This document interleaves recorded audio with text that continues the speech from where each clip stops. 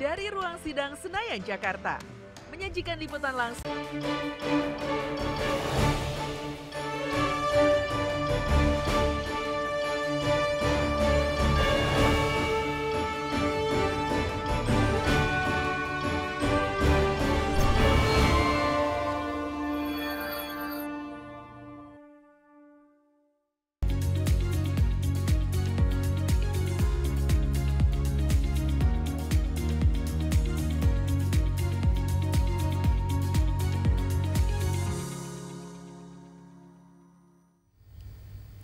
Halo, selamat pagi pemirsa TVR Parlemen dimanapun Anda berada. Senang sekali dapat menyapa Anda kembali tentunya dalam program TVR 09 bersama saya Alfat Rizky dan tentunya dengan rekan saya. Dengan saya Angga Dokter ini, dan dalam 30 menit ke depan pemirsa kami akan sajikan kepada Anda sejumlah berita nasional khususnya dari sudut pandang DPR RI sebagai referensi Anda dalam memahami berbagai dinamika politik, hukum, ekonomi, sosial dan juga budaya yang ada di Indonesia. Dan pemirsa TVR Parlemen, inilah TVR 09 selengkapnya.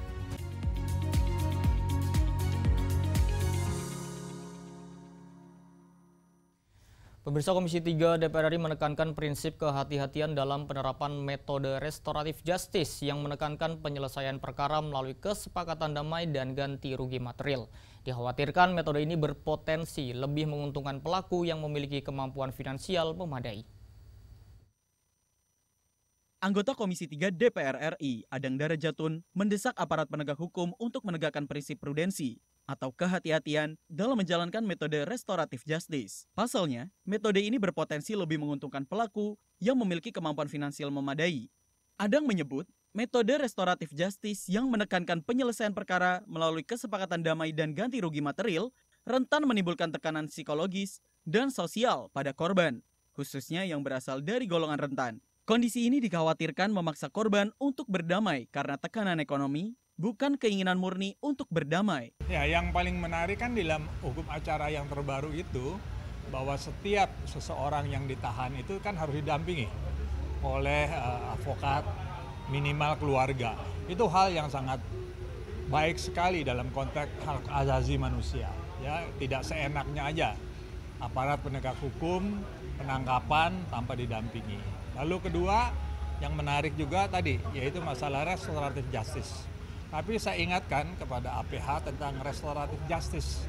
Jangan terus terang saja restoratif justice ini justru memberikan kewenangan atau keleluasaan orang yang memiliki uang atau apapun namanya, sehingga yang lemah menerima karena situasi keuangan dan sebagainya. Jadi harus betul-betul penerapan restoratif justice ini harus seadil-adilnya.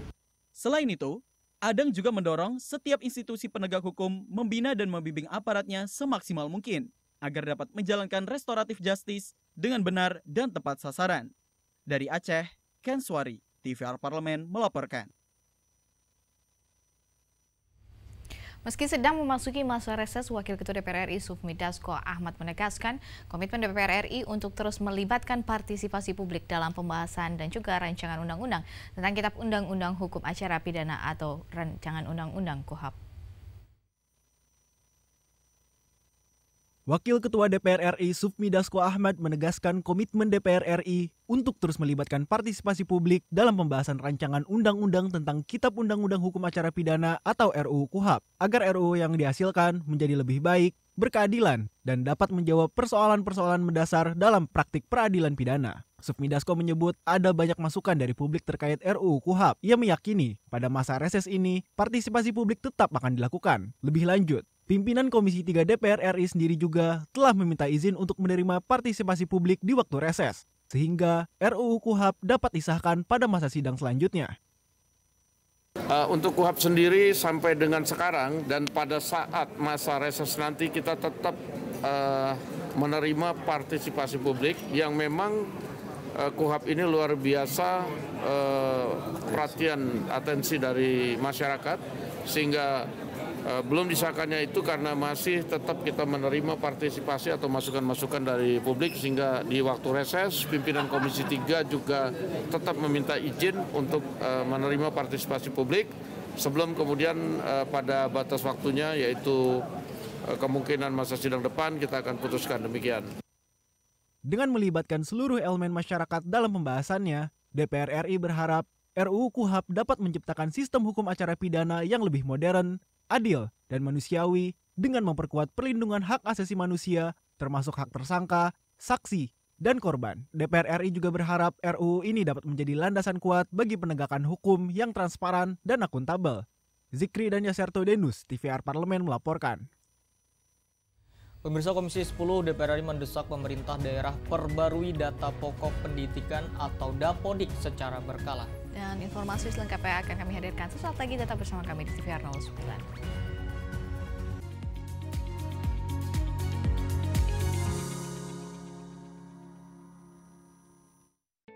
Selamat datang di Biro Pemberitaan Parlemen. Anda memasuki kawasan zona integritas menuju wilayah bebas dari korupsi atau WBK dan wilayah birokrasi bersih dan melayani atau WBBM. Biro Pemberitaan Parlemen berkomitmen penuh untuk mewujudkan wilayah bebas korupsi dan wilayah birokrasi bersih dan melayani. Komitmen kami, pejabat dan jajaran memiliki komitmen tinggi untuk mewujudkan WBK dan WBBM melalui reformasi birokrasi, khususnya dalam hal pencegahan korupsi dan peningkatan kualitas pelayanan publik. Kedua, bebas dari korupsi dengan terwujudnya wilayah bebas korupsi atau WBK, yang artinya bebas dari KKN, gratifikasi dan dari segala bentuk pungutan liar atau pungli. Terakhir, pelayanan prima dengan terwujudnya wilayah birokrasi bersih melayani, yaitu dengan meningkatnya kualitas pelayanan publik dan tercapainya kepuasan masyarakat terhadap pelayanan.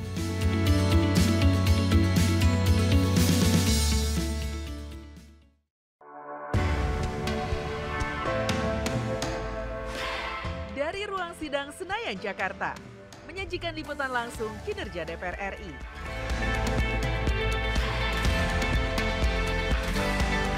Dialog mendalam, investigasi, dan profil wakil rakyat. TVR Parlemen kini hadir 24 jam.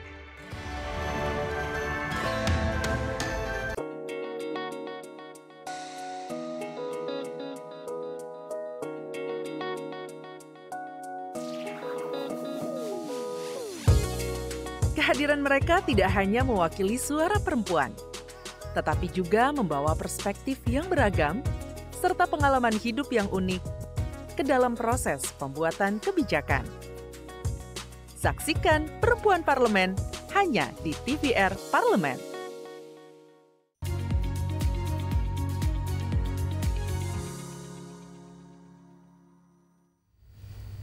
Kembali bersama kami di TVR 09. Pemirsa, anggota Komisi 10 DPR RI Ledia Hanifah menyoroti pentingnya pemutakhiran data Dapodik secara valid. Pasalnya ketepatan data sangat krusial untuk penentuan kebijakan, penyaluran bantuan seperti dana BOS, alokasi anggaran dan perencanaan program pendidikan di masa depan. Komisi 10 DPR RI mendesak pemerintah daerah perbarui data pokok pendidikan atau Dapodik secara berkala, mengingat Dapodik merupakan dasar penting untuk berbagai kebijakan dan program pendidikan di tingkat nasional. Dalam kunjungan ke beberapa sekolah di Kota Manado, Sulawesi Utara, anggota Komisi 10 DPR RI Ledia Hanifah menyebut peran pemerintah daerah harus diperkuat, terutama dalam memenuhi syarat administratif yang mempengaruhi penyaluran bantuan. Ia menyoroti pentingnya pemutakhiran data Dapodik secara valid. Pasalnya, ketepatan data sangat krusial untuk penentuan kebijakan, penyaluran bantuan seperti dana BOS, alokasi anggaran, dan perencanaan program pendidikan di masa depan. Dapodik ini harus benar-benar diperbaiki, maksudnya di-input dengan baik supaya tidak ada tabrakan. Kalaupun pemerintah kota menganggarkan untuk revitalisasi bangunan seperti SMP 6, tapi kalau tidak segera diselesaikan, nanti bantuan dari pusat juga jadi tidak bisa masuk, sehingga pemetaan itu menjadi penting. Mana yang akan diajukan lewat APBD, mana yang diajukan lewat APBN. Problemnya adalah ternyata antara bantuan yang diberikan oleh pusat itu seperti misalnya SMK 9 tadi temuan kami, program studinya adalah kefarmasian. Bantuan alat-alat datang duluan, tapi laboratorium yang diberikan adalah laboratorium biologi. Dan laboratorium biologi adalah untuk SMA, bukan untuk SMK. Komisi 10 DPR RI berharap adanya kolaborasi lebih erat antara pemerintah daerah dan pusat, agar sistem Dapodik tidak hanya menjadi alat pendataan, tetapi juga dasar perencanaan pendidikan yang tepat sasaran di daerah. Dari Manado, Sulawesi Utara, Domititi Heru, TVR Parlemen melaporkan. Pemirsa, Komisi 1 DPR RI menekankan pentingnya TNI untuk lebih adaptif terhadap perkembangan zaman. Dan apalagi kini perang modern bersifat hybrid tidak lagi menggunakan senjata konvensional, melainkan berbasis pada sistem teknologi dan juga informasi. Komisi 1 DPR RI menekankan pentingnya kolaborasi antara TNI dan masyarakat sipil, termasuk akademisi, untuk menghadapi tantangan pertahanan di era modern. Peringatan HUT TNI ke-80 menjadi refleksi atas peran strategis TNI dalam menjaga kedaulatan negara. Anggota Komisi 1 DPR RI, Amelia Anggraini menyampaikan, TNI saat ini sudah menjadi semakin inklusif, di mana peluang untuk berkolaborasi semakin terbuka luas. Ia menekankan pentingnya TNI untuk lebih adaptif terhadap perkembangan zaman. Apalagi kini perang modern bersifat hybrid, tidak lagi menggunakan senjata konvensional, melainkan berbasis pada sistem teknologi dan informasi. Kami tadi juga, salah satu saran yang kami sampaikan tadi, hendaknya TNI dapat berkolaborasi dengan universitas-universitas daerah, ya, bekerja sama dengan para akademisi untuk juga mengupgrade teknologi begitu ya. Selain juga memang masukan nanti kami kepada TNI dalam hal ini Kemenhan juga untuk bisa mengupgrade ya teknologi di setiap kodam gitu ya, di setiap kodam di seluruh provinsi, sehingga juga sekali lagi hal-hal yang terjadi sebagaimana peristiwa di bulan Agustus yang lalu itu bisa diantisipasi gitu. Seiring dengan maraknya perang hybrid seperti ancaman siber, penyebaran hoaks, hingga tekanan di bidang ekonomi, diharapkan TNI mampu memperkuat kemampuan deteksi dan penanggulangan dini, khususnya saat menghadapi situasi gawat darurat yang mengancam kedaulatan NKRI. Dari Jawa Tengah, Adila Febianto, TVR Parlemen melaporkan. Ketua Komisi 9 DPR RI Feli Estelita Runtuwene menegaskan pentingnya kesiapan SDM tenaga kesehatan baik dokter maupun perawat di RSUD Dr. Doris Silvanus. Ia menyoroti beberapa alat kesehatan yang sudah tersedia seperti alat radiologi untuk mendeteksi penyakit kanker belum dimanfaatkan dengan baik oleh pihak rumah sakit. Rumah Sakit Umum Daerah Dr. Doris Silvanus merupakan RSUD tipe A yang dimiliki Provinsi Kalimantan Tengah. Komisi 9 DPR RI mendorong adanya perbaikan dan evaluasi terhadap sarana, prasarana, dan SDM guna mendukung peningkatan mutu layanan kesehatan masyarakat. Ketua Komisi 9 DPR RI, Feli Estelita Runtuwene, menegaskan pentingnya kesiapan SDM tenaga kesehatan baik dokter maupun perawat di RSUD Dr. Doris Silvanus. Ia menyoroti beberapa alat kesehatan yang sudah tersedia, seperti alat radiologi untuk mendeteksi penyakit kanker, belum dimanfaatkan dengan baik oleh pihak rumah sakit karena tidak ada dokter spesialis radiologi. Pemerintah daerah perlu melakukan pemetaan tentang kebutuhan dokter spesialis dengan tepat, kemudian disampaikan kebutuhannya kepada Kementerian Kesehatan, sehingga tidak terjadi kekosongan tenaga kesehatan di rumah sakit. Kembali lagi bahwa rumah sakit ini, tadi penjelasan Direktur Pelaksana Tugas, baru mau sehat gitu. Dari utang ratusan miliar, ini tinggal 5 miliar. Nah, ini juga perlu kita memberikan apresiasi kepada pimpinan yang saat ini ya, yang bisa, karena kalau lalu utang begitu, pasti untuk ngambil obat dan lain sebagainya, pasti kekurangan, kosong. Karena mau bayar dengan apa? Dia kan pasti minta bayar dulu, baru you bisa ambil obatnya. Kan kira-kira seperti itu. Nah, sekarang sudah boleh dibilang sudah sehat lagi. Ya, sudah masuk sehat ya. Pak Dirut ya, kira-kira seperti itu. Jadi ini masih PR juga, PR bagi kita semua, mitra kerja kami di kementerian untuk bisa melihat rumah sakit seperti ini.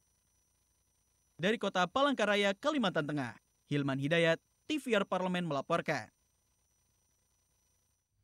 Reformasi Polri bukan sekedar wacana, melainkan harapan besar bangsa untuk menghadirkan kembali wajah penegak hukum yang berkeadilan. Dan pemirsa, informasi selengkapnya seperti apa? Jangan kemana-mana, tetaplah di TVR 09.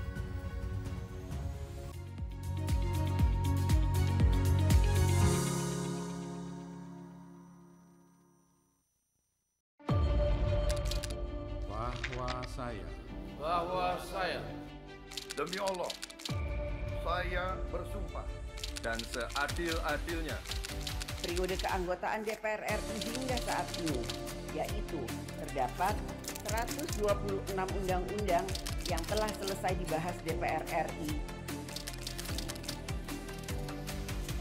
Terima kasih rekan Elisa dan juga Danida. Pemirsa,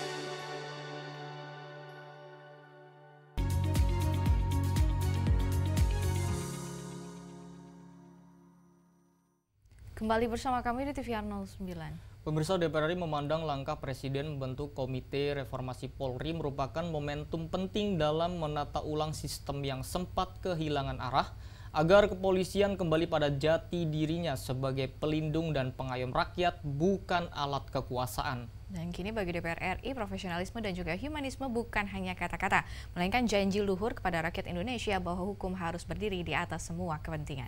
Dan simak liputan mendalam yang telah dikemas oleh tim redaksi TVR Parlemen dalam segmen Editorial Parlemen berikut ini.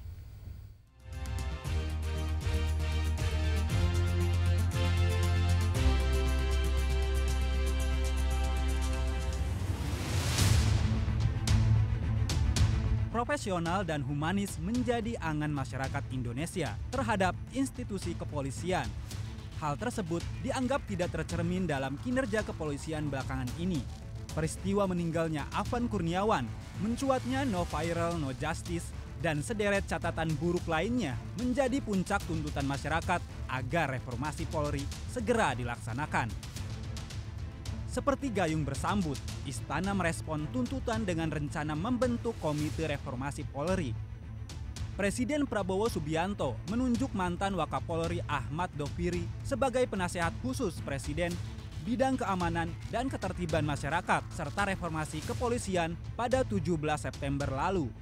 Langkah ini dinilai penting untuk mengembalikan tujuan awal kepolisian sebagai pelayan masyarakat dan penegak hukum yang adil.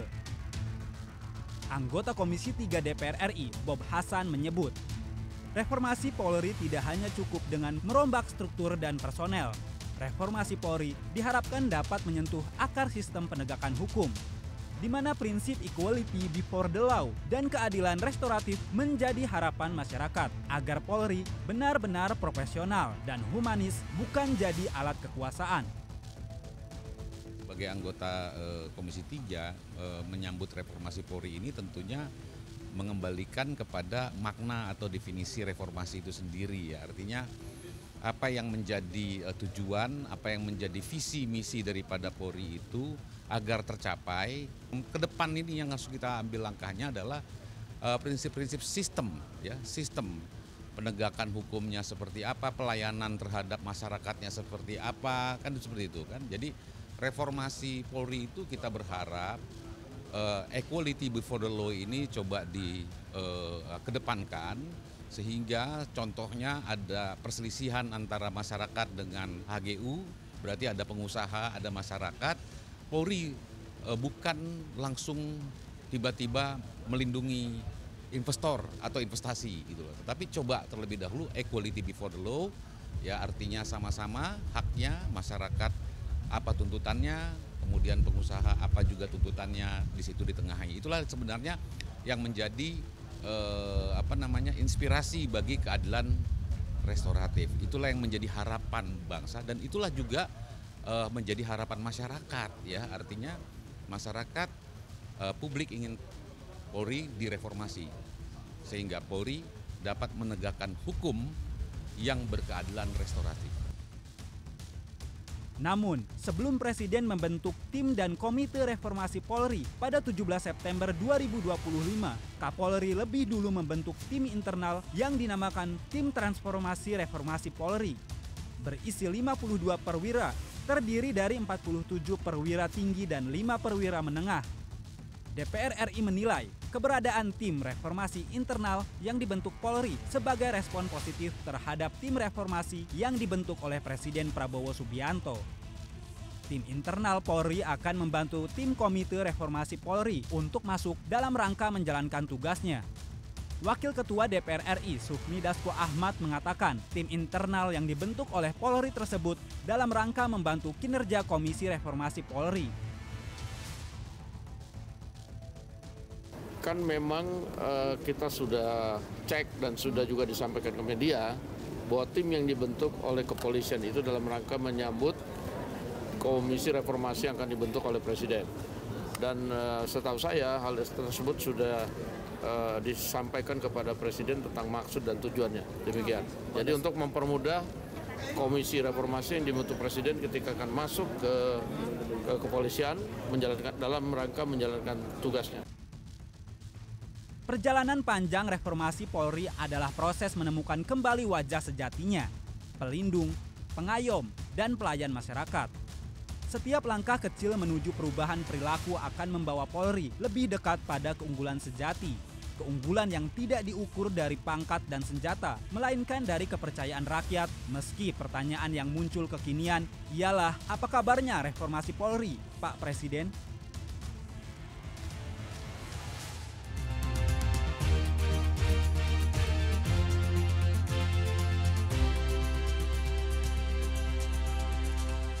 Ya, Anggun dan juga pemirsa, kalau kita berbicara koleksi barang antik, ini merupakan salah satu hobi unik dan menyenangkan. Tentunya ini menawarkan pengalaman yang mendalam sekaligus kaya akan sejarah. Nah, ini juga terkait dengan barang antik ini bukan hanya sebuah benda yang sudah usang, melainkan artefak dari masa lalu yang memiliki cerita dan juga nilai seni yang tak ternilai. Dan tentunya setelah ini kita akan mengajak pemirsa nih untuk melihat pusat barang antik di Pantai Gading yang tentunya wajib pemirsa kunjungi jika sedang di Pantai Gading. Seperti apa dan bagaimana pusat barang antik ini? Jangan kemana-mana, tetaplah di TVR 09.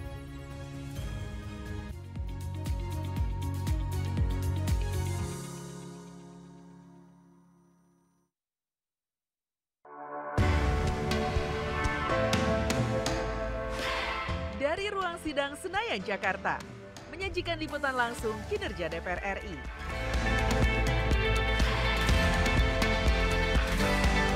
Dialog mendalam,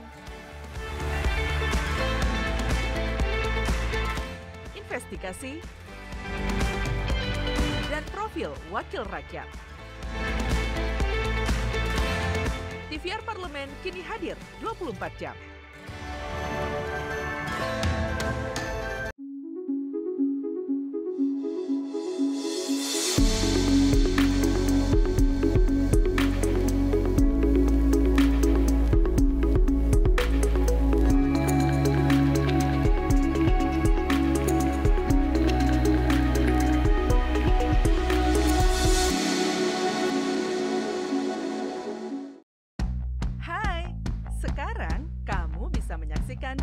Program TVR Parlemen di First Media, channel 18 ya.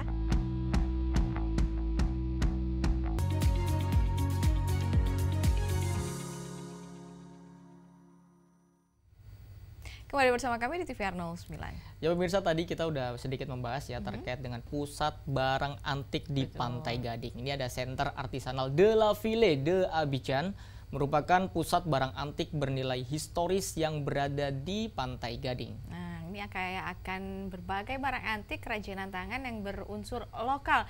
Tentunya sukses menjadi daya tarik tersendiri bagi para wisata yang hadir di sana. Dan langsung aja ya Anggun, kita langsung ajak pemirsa nih untuk melihat tayangan KAVA, pusat barang antik bernilai historis di Pantai Gading pada segmen Intips, informasi dan tips berikut ini.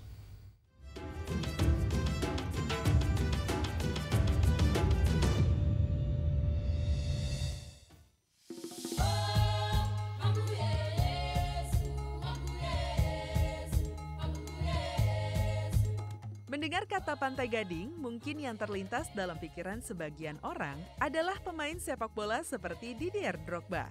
Apalagi Pantai Gading baru saja menjuarai Piala Afrika pada tahun 2024. Tim tuan rumah kala itu sukses meraih sukacita usai menundukkan Nigeria di laga final dengan skor 2-1. Namun, sepak bola bukan satu-satunya potensi yang dimiliki Pantai Gading.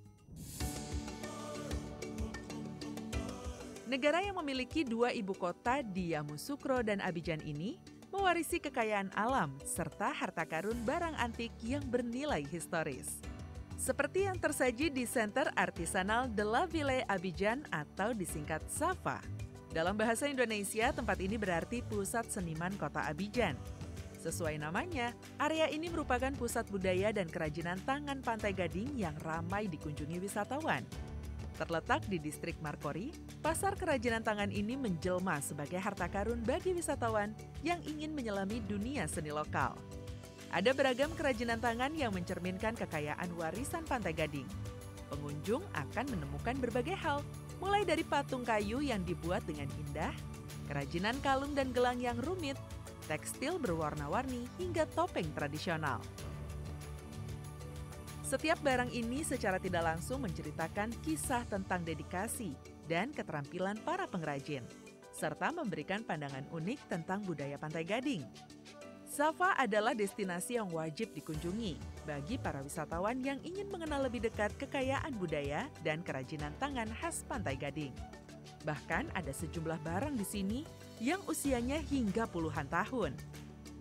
Jadi inilah kerajinan-kerajinan di Afrika, dan juga sebagian ada toko yang menjual barang-barang antik dari masa lalu.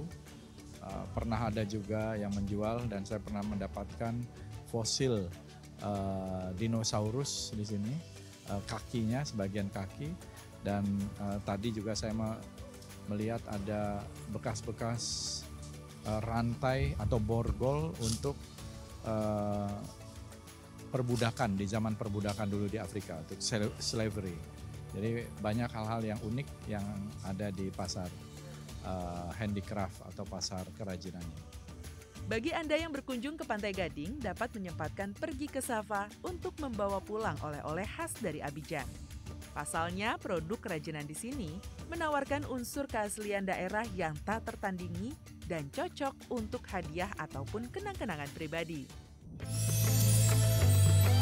Tips bagi pemirsa yang hendak berkunjung ke sini, pastikan Anda datang lebih awal untuk menghindari keramaian pengunjung yang pastinya akan mengurangi kenyamanan dalam berbelanja. Jangan lupa siapkan uang tunai, sebab sebagian besar pedagang di SAVA hanya menerima pembayaran tunai. Pemirsa juga harus pintar-pintar menawar nih, agar mendapatkan harga terbaik untuk kerajinan tangan yang Anda beli. Bagaimana pemirsa, tertarik mengunjungi SAVA? Maka jangan lewatkan kesempatan untuk mendukung seniman lokal dan membawa pulang sebongkah warisan dari Pantai Gading.